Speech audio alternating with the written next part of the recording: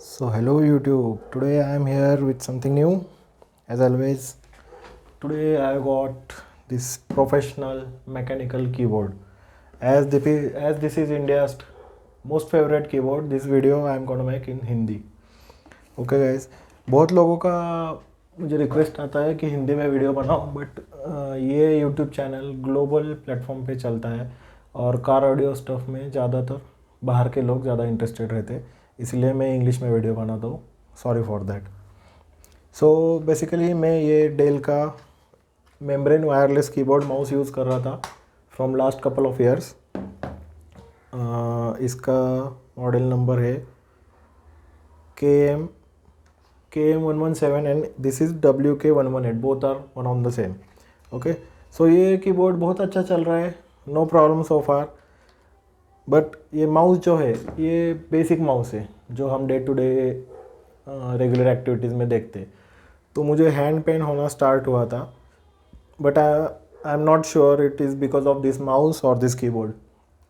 सो मैंने research start किया कि हैंड पेन के लिए सोल्यूशन क्या है. तो माउस के लिए मैंने सोल्यूशन देखे कि वर्टिकल माउस अच्छा रहता है, और कीबोर्ड के लिए मुझे बहुत रिसर्च करने के बाद पता चला that nothing is better than mechanical keyboard. Okay, this is also good keyboard for the price. In fact this is more worth it. This is value for money. 1200-1400 रुपये में आपको ये वायरलेस कीबोर्ड माउस का कॉम्बो मिल जाएगा del, HP, Logitech जैसे company से. और इसका fit and finish is so damn perfect and good. आप देख सकते हो परफेक्टली चल रहा है, कोई दिक्कत नहीं है. इसमें मल्टीमीडिया कीज़ भी है, लेकिन एक मुझे पढ़ के बहुत एक्साइटमेंट बन गई इस मैकेनिकल कीबोर्ड के बारे में. एंड इन मार्केट कोई भी आपको अल्टरनेटिव नहीं है मैकेनिकल कीबोर्ड. आपको वायरलेस चाहिए तो okay, in this budget range मात्र 3000 रुपये में मुझे ये कीबोर्ड एंड माउस का कॉम्बो मिला है. और ये ज़्यादा पॉपुलर भी नहीं है. यूट्यूब पे तो आपको कोई भी वीडियो नहीं मिलेगी और किसी को ये पता भी नहीं है. वैसे ये कोई फैंसी कीबोर्ड नहीं है, नो RGB लाइटिंग, नथिंग. ये एक प्रोफेशनल कीबोर्ड है जो टाइपिस्ट यूज़ करते हैं. आपने लगभग सारे बैंक्स में ये वाला कीबोर्ड देखा रहेगा. ये बैंक का कीबोर्ड कहा जाता है इसको. So let's do the unboxing. आपको मैं पहले बॉक्स के ऊपर क्या क्या दिया है वो सब बता देता हूँ.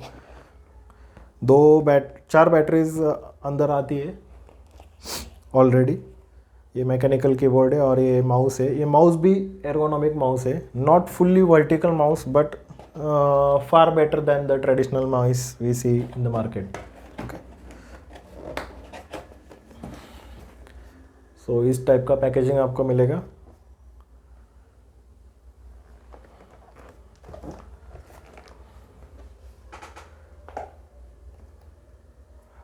मेड इन इंडिया प्रोडक्ट है, 1 ईयर का वारंटी है. लेकिन ये बहुत ड्यूरेबल कीबोर्ड है. आप इसका हिस्ट्री देखो, 20-20 साल तक लोग यूज़ कर रहे हैं इसको, सेम कीबोर्ड. बट उस ज़माने में इसको चेरी मैक्स के स्विचेस आते थे. अभी चाइनीज़ क्लोन आ रहे हैं, लॉन्ग हुआ ब्रांड है उस नाम का. MRP इज़ 4595, इतनी MRP है. लेकिन मुझे 3000 में मिला. क्यों 3000 में मिला? क्योंकि मैंने इसके लिए 2 मंथ्स का वेटिंग किया है. मैंने डायरेक्ट TVS कंपनी से अप्रोच किया. उन्होंने मुझे उनका होलसेल डिस्ट्रीब्यूटर बताया, पुणे में कहा है. मैं पुणे में रहता हूँ, इसलिए यहाँ पर मेट्रो सिटी है. किसी भी ब्रांड का बोलो आपको डिस्ट्रीब्यूटर मिल जाएगा. डीलर नहीं बोल रहा मैं, डिस्ट्रीब्यूटर. सो मैंने ये डायरेक्टली डिस्ट्रीब्यूटर से परचेस किया है after waiting of 2 months. Okay, क्योंकि ये स्टॉक में ही नहीं रहता. ये TVS का नया प्रोडक्ट है. इन्होंने ज़्यादा मार्केटिंग भी नहीं किया क्योंकि इनको मार्केटिंग की ज़रूरत भी नहीं है. जिनको ये ब्रांड पता है वो आग बंद करके इस पे भरोसा करते हैं. सो मैंने ऑलरेडी इसको अनबॉक्स करके चेक किया था वहाँ पर. बैटरीज आप देख सकते हो. बैटरीज़ का एक मैं प्रॉब्लम बताता हूँ. माउस के लिए तो ये बैटरी चल गई, लेकिन कीबोर्ड को मैंने ये बैटरी ट्राई की. मुझे लगा ये इसका मैन्युफैक्चरिंग डेट 7 मंथ्स एगो है, इसलिए मुझे लगा ये बैटरी ख़राब हो ही रही है. तो मैंने ऐसे ही न्यू बैटरी परचेस की. लेकिन फिर भी वो बैटरी इस कीबोर्ड को नहीं चली, तो मुझे ड्यूरासेल की बैटरी ही लेनी पड़ी. फिर इसका लो बैटरी का इंडिकेशन चला गया और ये कीबोर्ड ऑन हो गया. तो आप ये याद रखो कि इसको ड्यूरासेल की ही सेल लगेंगे, और मुझे नहीं लगता इसका बैटरी बैकअप, इसका इंजीनियरिंग इतना प्रिसाइज रहेगा अंदर का सर्किट जो कि ये ब्रांडेड प्रोडक्ट्स देते हैं। देखते हैं अभी कितने महीने इसकी बैटरी चलती है।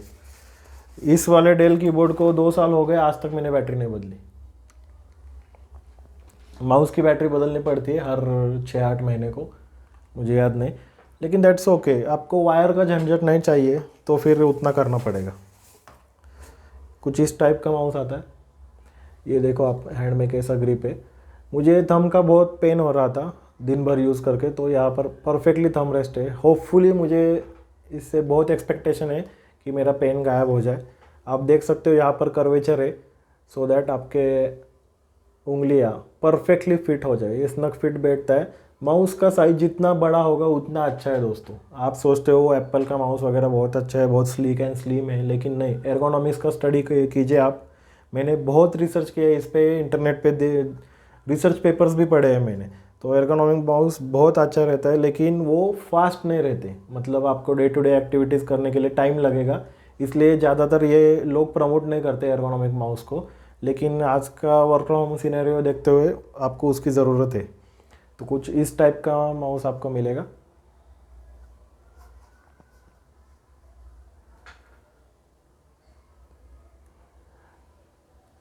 ये इंडियन प्रोडक्ट है तो आपको थोड़ी सी फिट एंड फिनिश उतने प्रीमियम नहीं लगेगी। आप इस माउस को देखिए, ये डेल का है, कितना clean neat and fit finish है, लेकिन इसका इतना अच्छा नहीं है। माउस का भी ठीक है, ये तो बहुत बढ़िया मैं कहूँगा। आप कीबोर्ड को देखिए अभी, मतलब कीबोर्ड बुरा नहीं है, लेकिन इंडियन मैन्युफैक्चरिंग हमें पता चलती है। मैंने भी मैन्युफैक्चरिंग इंडस्ट्री में काम किया है पहले, मैं खुद मैकेनिकल इंजीनियर हूँ।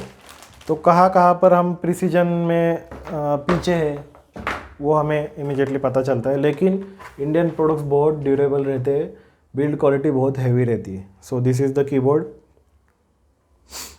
अभी मैं आपको फ्लॉज बताता हूँ। यहाँ पर अगर आप अंदर देखोगे तो आपको डायरेक्टली ग्रीन बोर्ड दिखेगा, जो कि एस्थेटिकली बिल्कुल भी अच्छा नहीं लगता। ये वैसे भी फैंसी कीबोर्ड नहीं है, इसमें ना मल्टीमीडिया कीज़ है। मैं आपको पता है म्यूज़िक का शौकीन हूँ, मेरा चैनल भी म्यूज़िक के लिए है ज़्यादातर, तो ऑडियो का शौकीन हूँ। लेकिन इसमें कोई भी मल्टीमीडिया कीज़ नहीं है, तो फिर वो मैं मिस करूँगा। बाद में यहाँ पर फंक्शन की भी नहीं है, पता नहीं फंक्शन की कैसे ऑपरेट करनी है, लेकिन मेरे पास ऑप्शन नहीं था। वायरलेस मैकेनिकल आपको कीबोर्ड चाहिए तो यही लेना पड़ेगा, जिसमें आप AAA की बैटरी डाल सको। इसमें शायद AAA की बैटरी लगती है, हाँ AAA small size battery.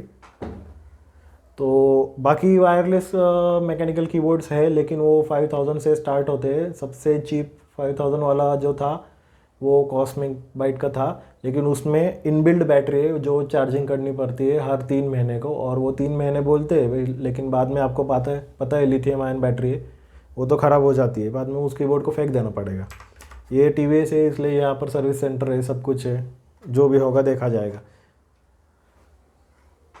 So this is look from back side. अभी बैक साइड में मुझे ये बहुत अच्छे क्वालिटी का लगता है, लेकिन आप देख सकते हो इंडियन जुगाड़ू काम हुआ है यहाँ पर भी।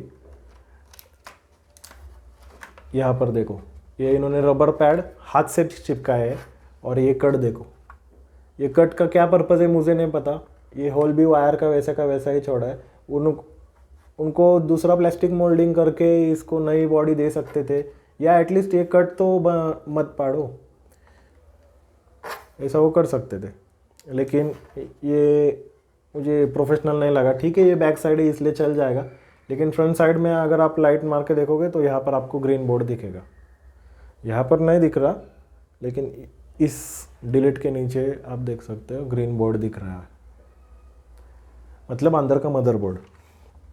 So this is heavy mechanical keyboard. और एक फ्लॉ है इसमें, यहाँ पर आवाज़ आता है, मैं माइक के नज़दीक लेके बताता हूँ। सो फिट एंड फिनिश के फ्लॉस तो इंडियन प्रोडक्ट में आते ही है। ये जैसे कि हम देखते हैं टाटा का प्रोडक्ट, गाड़ी तो अच्छी है लेकिन फिट एंड फिनिश बिल्कुल भी नहीं होता। हेवी मेटल इंडिया दे सकता है, हेवी प्लास्टिक इंडिया दे सकता है, लेकिन जो बाहर की इंजीनियरिंग है, जर्मन इंजीनियरिंग बोलो या फिर इवन चाइनीज़ इंजीनियरिंग बोलो, उनकी फिट एंड फिनिश को मैच करने की ताकत अब तक हम में नहीं आई है। ठीक है, fit and finish secondary part है, मेन तो परफॉर्मेंस है और ड्यूरेबिलिटी है। इंडिया में मतलब ड्यूरेबिलिटी को खूब बहुत वैल्यू दी जाती है, क्योंकि जो भी प्रोडक्ट आप इन्वेस्ट करोगे वो लॉन्ग टर्म होना चाहिए, पहले आदमी वह देखता है, बाद में फिर उसका फैंसी क्या है, एस्थेटिक्स क्या है, वो बात की बात है। तो ऐसे माउस पे आप हाथ रखोगे तो पूरा आपका हाथ ऑक्यूपाई हो जाएगा। अभी इसके अंदर कौन से स्विचेस है ये बताने के लिए मैंने कल से कोशिश कर रहा हूँ ये कीज़ निकालने की, लेकिन एक भी की निकल नहीं रही। मुझे पता नहीं उन्होंने हाथ में क्या फिक्सिंग किया है, क्या कुछ नहीं पता। और इस कीबोर्ड के बैक साइड में आपको कोई डिवाइस भी नहीं मिलता to unplug the key caps. Okay, so मैं की कैप्स नहीं निकाल पा रहा हूँ। कल से मैं ट्राई कर रहा हूँ आपके लिए कि मुझे भी देखना है अंदर कौन से स्विचेस है, लेकिन उन्होंने बताया कि वाइट स्विचेस यूज़ किए हैं, लॉन्ग हुआ बॉक्स टाइप। ओके, लेकिन बॉक्स टाइप में स्विचेस में क्या है, एक नीचे जाने के वक्त एक क्लिक आता है और ऊपर आते वक्त एक क्लिक आता है, लेकिन इसमें मैं आपको क्लोजली दिखाता हूँ, ब्लू स्विचेस की तरह एक ही क्लिक आ रहा है, ऊपर आते वक्त कोई क्लिक नहीं आ रहा। पता नहीं उन्होंने इस वर्जन में अपग्रेड किया है या नहीं, क्योंकि इसकी एमआरपी भी बढ़ गई है। पहले ये एमआरपी 3600 थी, 3600, लेकिन अभी 4500 या 6600 कुछ कर दिए इन्होंने, एमआरपी बढ़ा दी है। लेकिन मुझे बॉक्स वाइट स्विचेस चाहिए भी नहीं थे, क्योंकि उसमें डबल क्लिक आता है, so that is confusing whether you have registered the key once or twice, ऐसा हमें कन्फ्यूजन हो सकता है। सो इसमें सिंगल क्लिक आ रहा है, ये चल जाएगा मुझे। और बॉक्स वाइट स्विचेस थोड़े स्क्रैची है, ऐसे मैंने रिव्यू में पढ़ा है, क्योंकि वो कभी कभी ऐसे नीचे जाते वक्त जाते और लॉक हो जाते, ऊपर ही नहीं आते, तो हमें 2-4 बार उनको प्रेस करना पड़ता है, फिर वो ऊपर आएंगे। ऐसा बॉक्स वाइट स्विचेस में प्रॉब्लम है। तो ये मुझे लगता है उन्होंने ब्लू स्विचेस ही डाले वापस से, क्योंकि ब्लू आर मोर ट्रस्टवर्दी। जब भी कोई काम निकलेगा और मैं स्विच निकाल पाऊंगा तब मैं आपको कंफर्म बता पाऊंगा, लेकिन मैंने डायरेक्ट टीवीएस से कंफर्म किया, उन्होंने बॉक्स वाइट स्विचेस डाले। So let's keep it apart. ये तो बात कंफर्म है कि लॉन्ग हुआ के स्विचेस यूज़ किए, इसमें चेरी एमएक्स नहीं आता अभी, पहले आता था 2017 तक, अभी 4 साल पहले उन्होंने चेरी एमएक्स देना बंद कर दिया है, और अभी ये लॉन्ग हुआ के क्लोन वो यूज़ कर रहे हैं। और जब टीवीएस ये यूज़ कर रहा है तो फिर आप रिलायबिलिटी पे भरोसा कर सकते हो। ऑरेंज वगैरह वो सब ब्रांड है, उनसे तो ये अच्छा है, आउटेम ऑरेंज, वो उनसे तो लॉन्ग हुआ बेटर है, ऐसा उनका कहना है। सो अभी मैं आवाज़ आपको दिखाता हूँ।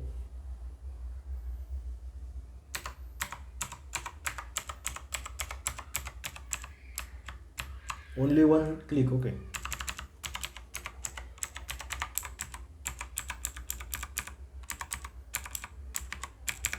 थोड़ा सा 19-20 का डिफरेंस है हर एक की के साउंड टोन में।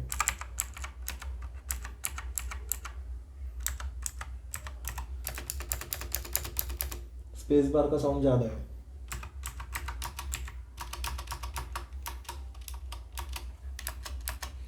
इस शिफ्ट का लाउडनेस ज़्यादा है, इस शिफ्ट का कम है।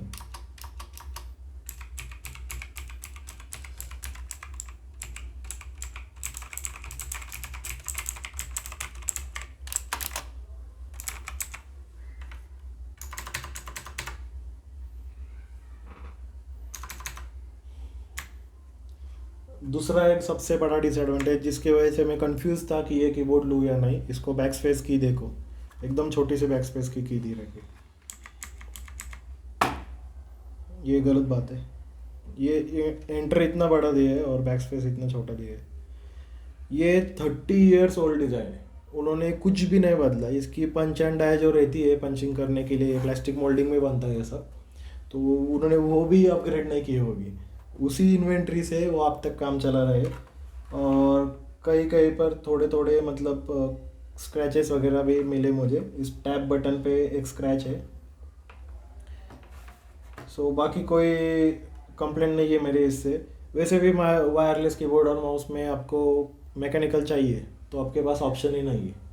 बहुत सारे लोगों को लगता है वायरलेस में मैकेनिकल कीबोर्ड आता ही नहीं है, क्योंकि वायर्ड मैकेनिकल कीबोर्ड ही स्टार्ट होते हैं 2-2,500 से, मतलब बेसिक एंट्री लेवल, वो भी चीप क्वालिटी के। ये तो फार सुपीरियर क्वालिटी है। बाकी अगर आपको वायर का प्रॉब्लम नहीं है तो फिर आप वायर्ड भी ले सकते हो, लेकिन मुझे मेरे USB का एक ही पोर्ट एंगेज करना था मेरे लैपटॉप में। मेरे को वायर्स बिल्कुल पसंद नहीं है, इसलिए मैंने सब वायरलेस लिया है सेटअप। बाद में मैं मॉनिटर भी लगाने वाला हूँ, बहुत सारे अपग्रेड करने वाला हूँ। इसलिए आप चैनल से जुड़े रहो और प्लीज़ सब्सक्राइब करो। बहुत मेहनत लगती है ये वीडियोस बनाने में, बहुत इन्वेस्टमेंट भी लगती है। So please motivate us so that we can work better for you. So ये था मेरा अनबॉक्सिंग और review for this TVS Platina Bharat keyboard. I hope you liked it.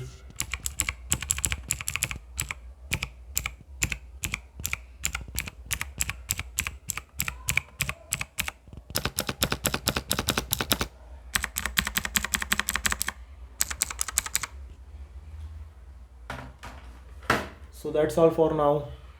मैं ये रिकमेंड करता हूँ, डेफिनेटली यस करता हूँ। ये आपके एस्थेटिक्स नहीं बढ़ाएगा।